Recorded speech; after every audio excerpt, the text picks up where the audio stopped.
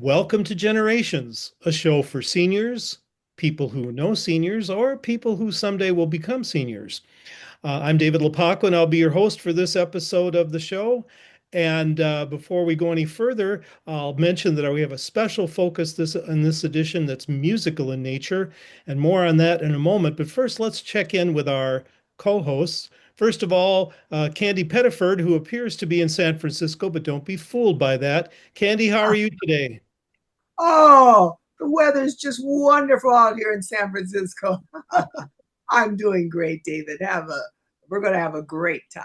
Yeah, and I hear you know a lot about this particular genre of music. We'll get to that later. Oh, it goes in my background. All Yes. right. Then we have Rashida Jenkins. Rashida, how are you today, and what's your mood like? I am blessed and highly favored. Thank you. I'm doing well. I wish I could smile as well as you smile, but uh, Mhm. good for you. And then finally, Mike Rosberg, who is here as almost always. Mike, how are you doing?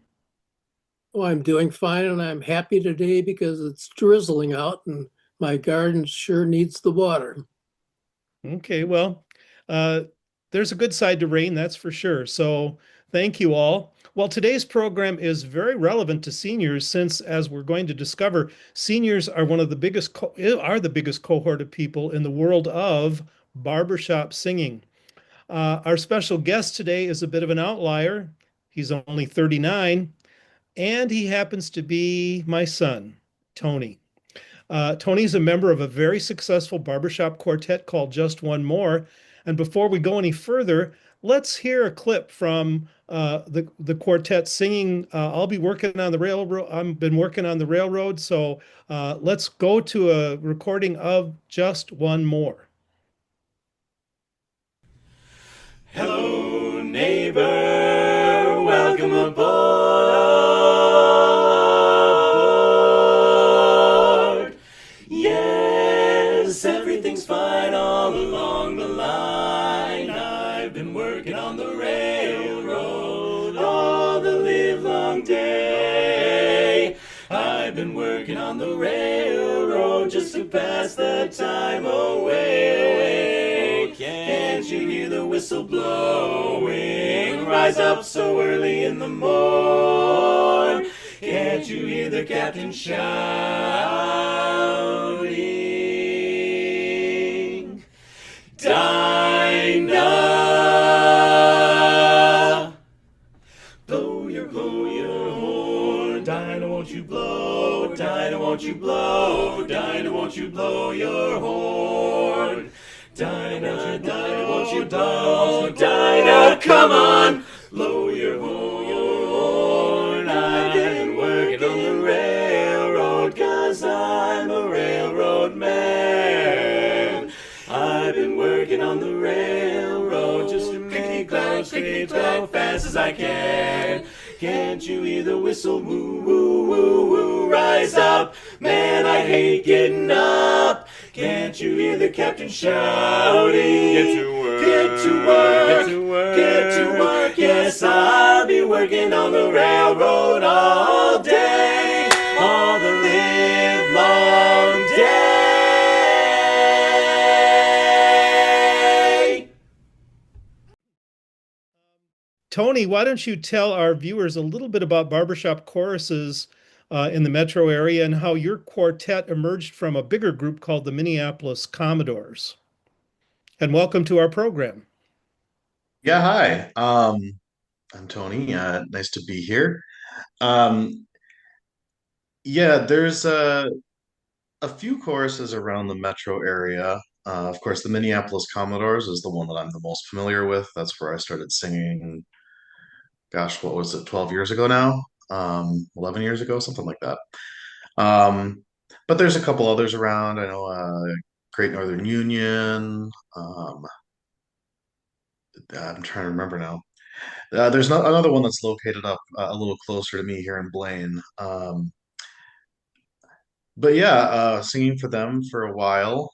Um,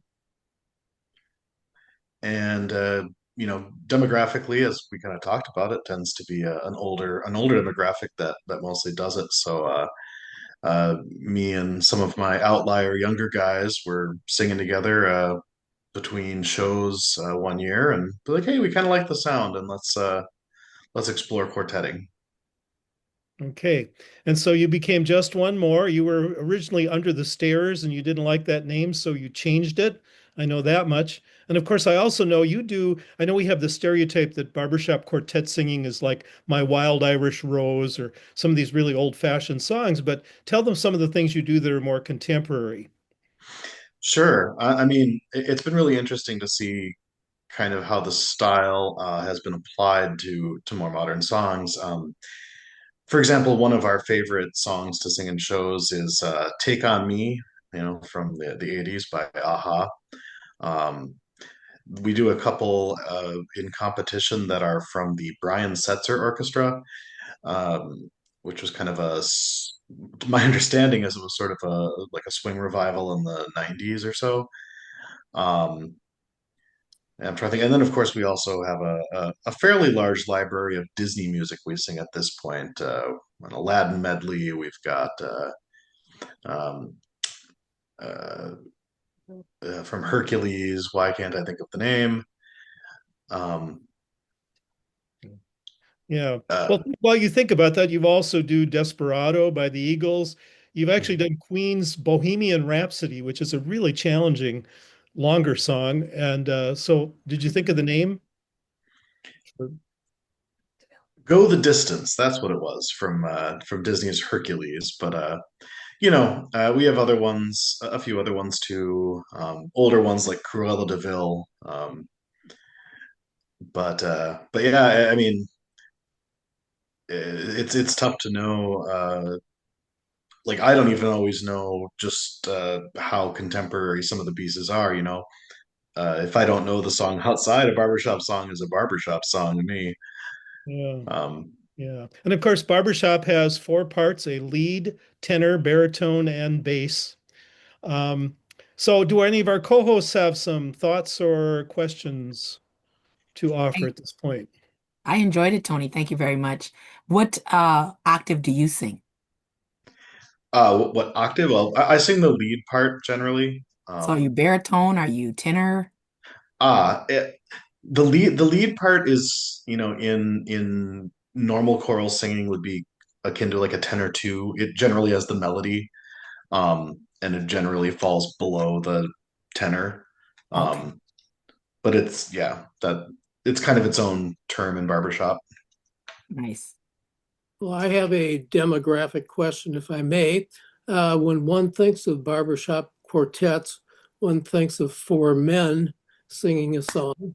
Are there these days any women's barbershop quartets?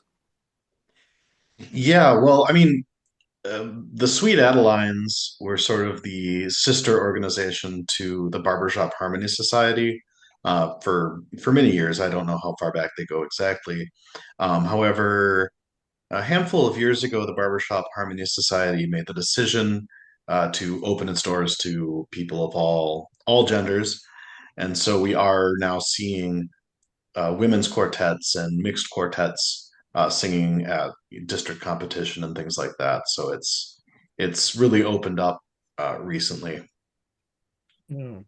Candy, I know you wanted to say something about barbershop as it relates to you and giving us more of a historical perspective on it. I have a great historical perspective on it. I started talking to my eldest daughter who cares for me. I said, we're going to be talking about barbershop quartet. She said, Mom, you need to start looking that up. And I looked it up. Well, lo and behold, the first group, the people that started it, were African American. African American quartets. There was one called the Unique Quartet. And on my children's side, my husband's side, his dad was a waiter.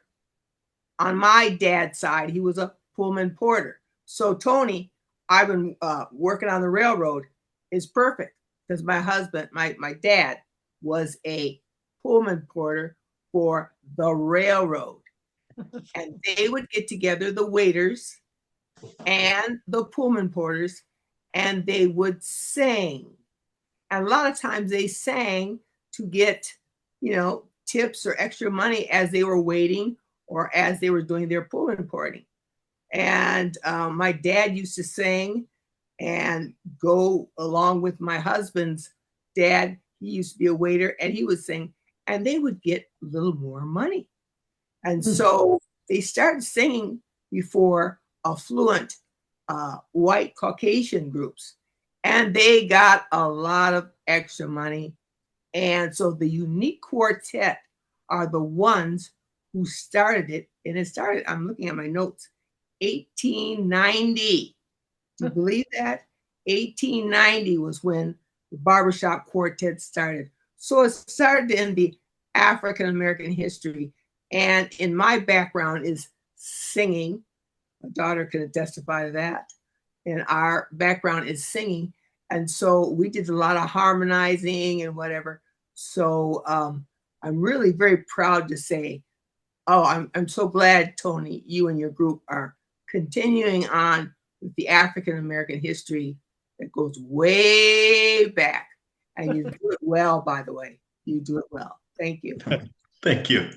Well, they do it. They do it quite well, and they've been working at it for 10 years. They've done very well in regional competitions the last 3 years, and they just do a lot of gigs for money. They'll do wedding receptions. He mentioned opening a library in Arkansas, doing a virtual concert for them, and any sort of retirement bash or just birthday party, you name it, they've probably done it. And so they do a lot of different events.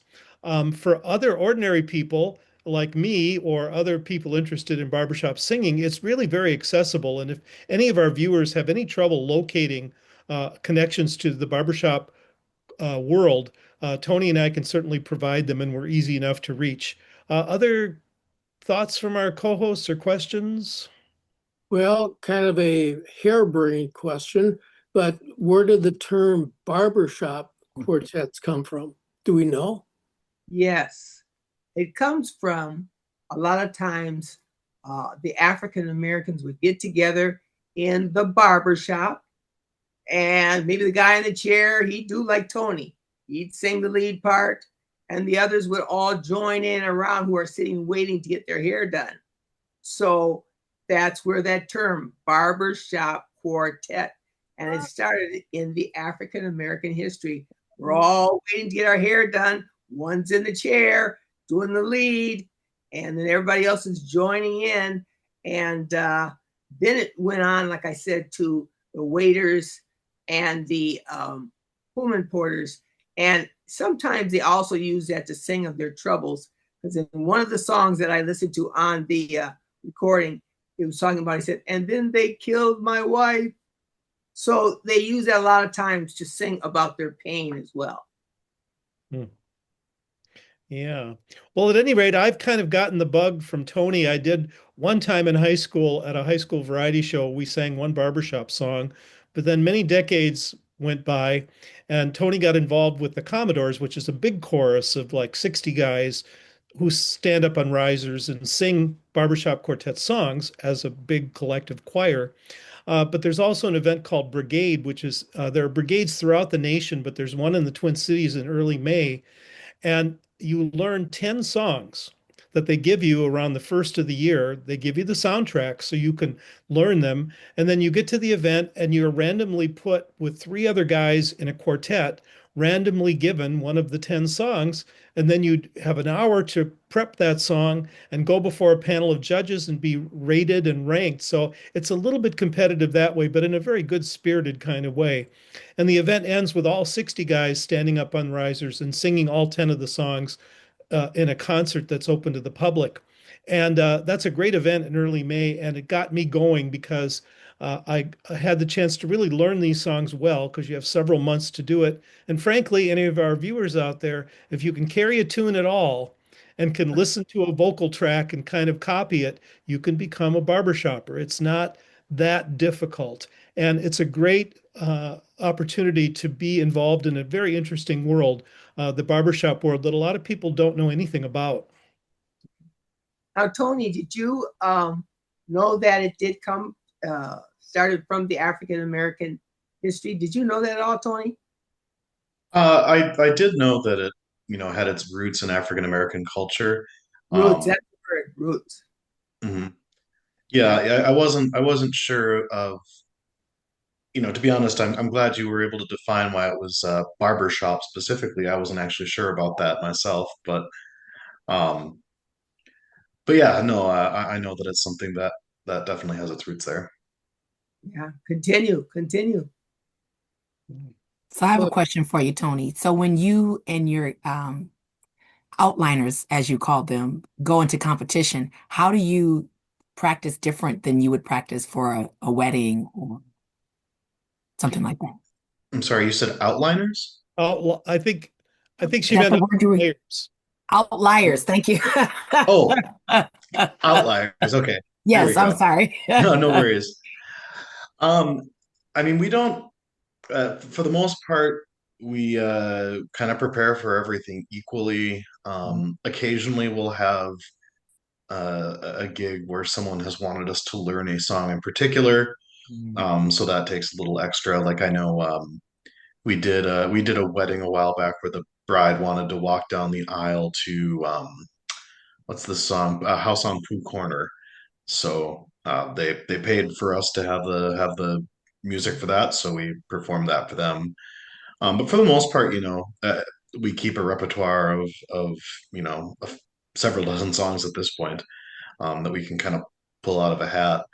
Um, yeah, the only really exception to that is going to competition where we'll really focus and polish these songs, and they're very picky. Vowel sounds, exact match. It barbershop competition is a whole other level. Yeah. well, I'm wondering when you come up upon a song which just has a single line of melody going through it, what is the process you go through to convert it into a four-part harmony? Do you have one of you who is sort of like the conductor, or what process do you go through to get it into barbershop quartet form?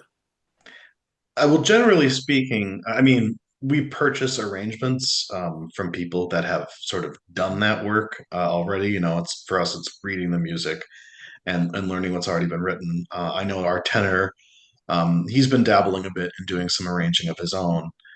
Um, to be in the barbershop style, at least as sort of defined, especially when it comes to competition and stuff like that, to be in the barbershop style, it does have to have a melody line that mostly stays in the lead.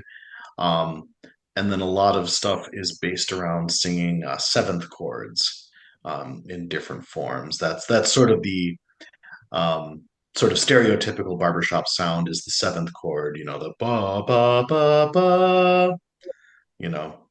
Uh, but yeah, for the most part, yeah, we buy arranged music by some very talented arrangers. And I if also want to ask, go ahead, David. Oh, I was just saying, if you just want to dabble in barbershop stuff, you can Google or go to YouTube and do barbershop tags. And Right. tags are the defining part of the genre. And they're at the end of the song. And Tony, as a lead, often will be the one who, I think they call him the post, right? That's right. He will hold a note for what seems like forever, 20, 25, 30 seconds. And meantime, all the other three parts are building around that till it reaches one final chord. And the Very true. tags are really fun because they're very dramatic. You keep waiting for the chord to resolve, and there's Tony, and you're wondering if he's going to run out of air. And somehow he manages to sustain that note for a very long time. But barbershop tags are a very distinctive part of the genre, and they're fun to listen to, and you can get them on YouTube or any Google related site where you just put barbershop tags. Well, That is so. Go ahead, Tony. okay. Oh no, I was going to say tags are such they're such a part of the camaraderie and community of barbershoppers. When any group gets together for a convention or at brigade or anything like that, you're always going to find dozens of guys afterwards that are like, "Hey, let me teach you a tag. Let me teach you a tag." And it's just like it's a nice little bite-sized way to learn something new and sing together. And of course, the tags usually have all the most fun and bombastic chords, so they're really fun to sing. Yeah. I kind of want to ask about like, okay, you say one says wedding, one says, oh, we're going to be singing at a festival or whatever. You guys have certain outfits that you all wear alike? I saw you had them in that little piece that we saw. So, like, let's say you're going to a wedding or you're going to a festival. Do you have certain outfits that you all wear? Yeah.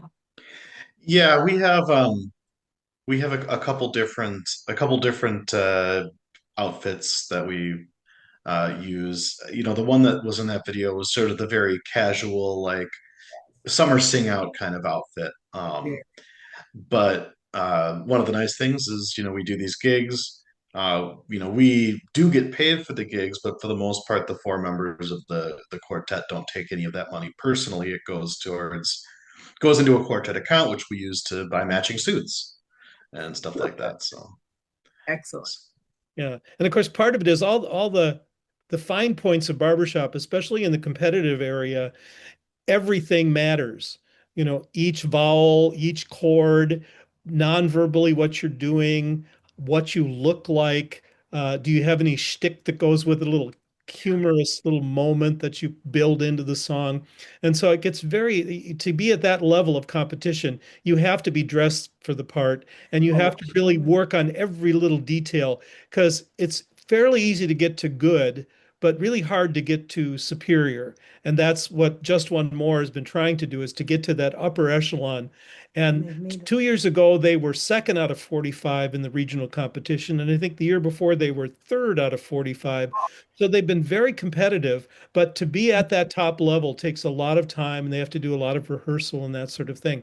The other thing I did want to mention again for our viewers, really, barbershop world is very much open to seniors. And you'll see people who are at brigade who have walkers and wheelchairs, people who are 90 years old. I'd say the median age at most of these barbershop events is probably 70. And so there's really a place for seniors in the barbershop world.